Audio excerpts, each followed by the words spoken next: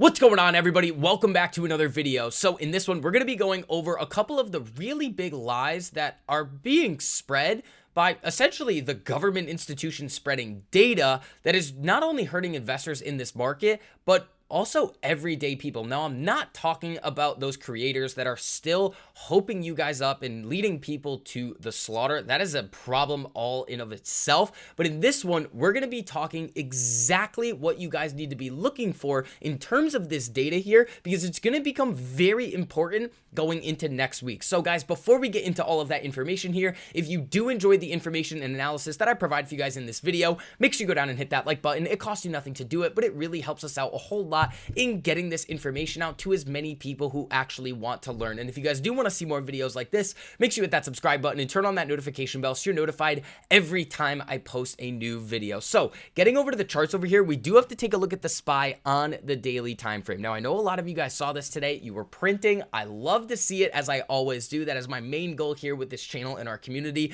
Make sure that you guys are actually making money in this market, and we've been successful at it this year so far, and we're going to continue to do so, especially with the new platform. But looking at this right here, we are seeing a pretty interesting shift in the SPY. Now, again, it does look like it's following a trend up here, but if we do see a closing candle below not only the 200 EMA, which looks pretty likely on this daily time frame at the time that I'm recording this, but down below that 13 EMA, it's very possible that we could be in for some more aggressive selling. Now, when we go back to that 4-hour time frame that we've been talking about in the past, we're starting to see, as you guys can see right here, this MACD, the new MACD, is actually crossing down, lost all of that bullish momentum, and is starting to gain that bearish momentum as well. The RSI is crossed below its moving average and below 50 as well. So we could easily see some more downside here. Again, you could come down to this level, 393, and then that 200 EMA on this 4-hour time frame. Now, again, taking a look at the dollar here on the daily, it does look like it is getting that retest of the 200 EMA. So kind of going off of what we just said, that we could be ending up for some more downside.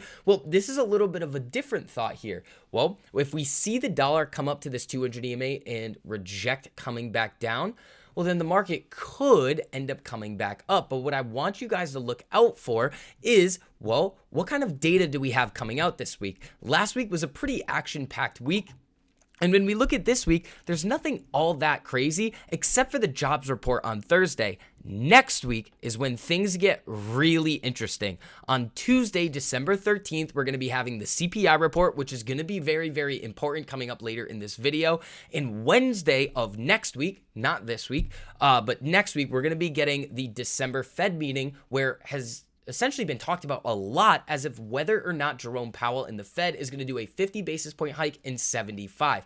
The other thing that I want you guys to understand is that it really doesn't matter what we go with. It doesn't matter if it's a 75 or a 50. You can hear people starting to spread that pivot narrative, but again, reading exactly what the Fed has said, and we covered that in a video last week, it's no longer necessarily as important of how much we're raising rates each time we do it. It's the final destination of where we're going to go with rates. What's the terminal rate? Nobody knows right now. We are still reading a lot of this data. Now, what I want to cover in this video here is one of the really big lies that has been told to everybody, and it's really time that people need to understand exactly what's been going on here. Now, how do we really get past some of these lies? Through education. We need to understand exactly what we're looking at. Like we were talking about with UVXY in the live stream today, that people don't necessarily understand what they're trading. They think it's just a direct inverse of the market, which it sometimes is, but can move very weirdly.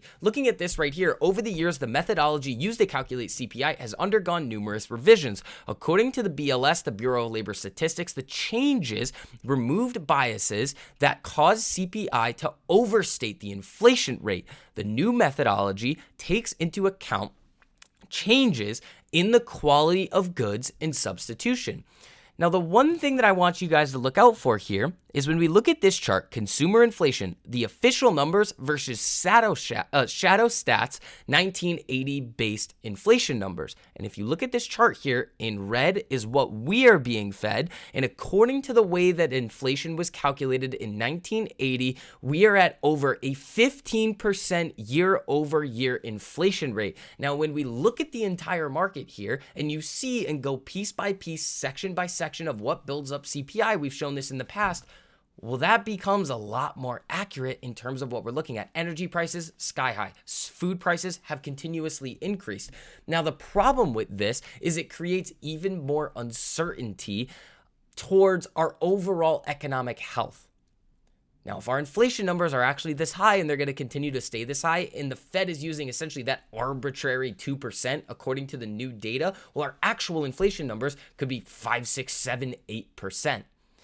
Now, on the other side, if we start to see other countries in other parts of the world lagging or leading in this as well, and you think of it as sort of like an absolute value or net in terms of the U.S. against these other countries, it may not be that big of a deal, but these numbers are still shockingly high, and I want you guys to be aware of that because it creates more uncertainty over where we are actually at in this inflation problem right now. Is it 15 or is it 7.7? Who actually knows? Where's the terminal rate going to go? Is it going to be 5, 5.5, 6, 7, 4? What is it actually going to be? Now, coming over here, this is an interesting article that I found today. We are all in the same boat and it has a massive leak. The potential of a recession is not the problem. A deep inflationary depression should be a far greater concern. Higher interest rates combined with a tightening money supply, rising energy prices, the threat of war, and deglobalization create a toxic brew. Many of us argue we are already in a strong downturn and the statistics and data simply haven't caught up to where to reflect this. While we may deny it, we are all in the same boat and it's leaking. The debt we have seen growing has become a bubble. This is a consequence of the government's continuing to print money rather than dealing with problems, which we all know has been going on.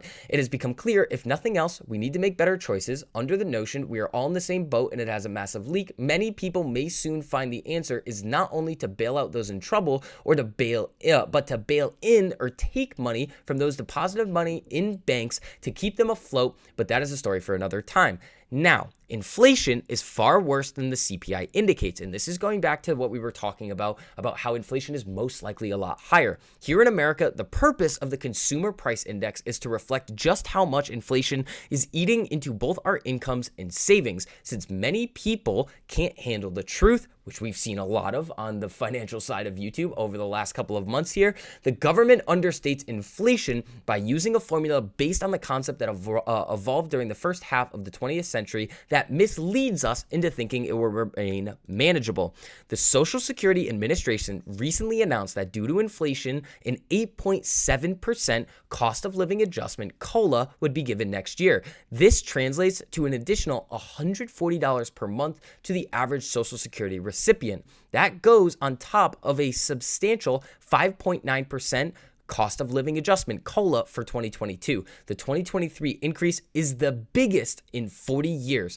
Back in 1981, when the COLA was 11.2%, the increase will add around $100 billion of spending per year and at the same time increase the cost of the program. Now, here are a couple of takeaways that we need to understand. This in and of itself is inflationary. Government spending continuing to pump money into the system is inflationary. The problem is, and we've talked about this a lot, is that whether or not inflation is actually becoming entrenched, and we're going to get a better understanding of that when Jerome Powell speaks to us next week. Are people kind of calculating into their purchasing behaviors and decisions that inflation is going to come down, or it's going to be higher or at the same rate around this time next year? If they are still buying goods sort of willy-nilly under the impression that inflation is not actually going to go down, that is a very, very big problem and causes a self-fulfilling prophecy of inflation remaining at higher levels for longer. Now, what does the Fed do in response to that? Well, they could take interest rates higher. So with what we're seeing right now, and especially with what we saw in the market today, there's a lot of uncertainty going on in basically beliefs on either side of the equation here on whether or not we are actually getting pushed in the right direction or not. Where is inflation? We don't really have the exact numbers here. They've changed the data all of the time. And with the data that we were using, or the calculations that they used to do in the 1980s, well, we'd be at about a 15% year over year inflation increase. That's bad. The other thing is this pivot narrative. Anytime you start to see some decent data come out and the market starts running, I would become incredibly skeptical. The data itself has not changed in a very meaningful or substantial way. We still need to hear from Powell and get more insight and guidance into where they think rates are going to go. But even the Fed speakers themselves don't know. So what does that create? Uncertainty. And the time really right now is for waiting for that light at the end of the tunnel that I've been talking about for a while. So guys, that is going to wrap up this video here. If you did enjoy the information and analysis that I provided for you guys in this one, make sure you go down and hit that like button. It costs you nothing to do it, but it really helps us out a whole lot in getting this information out to as many people who actually want to learn. And if you guys do want to see more videos like this, make sure you hit that subscribe button and turn on that notification bell so you're notified every time I post a new video. So I hope you guys are having a great evening. I'll see you guys in the next one. Peace.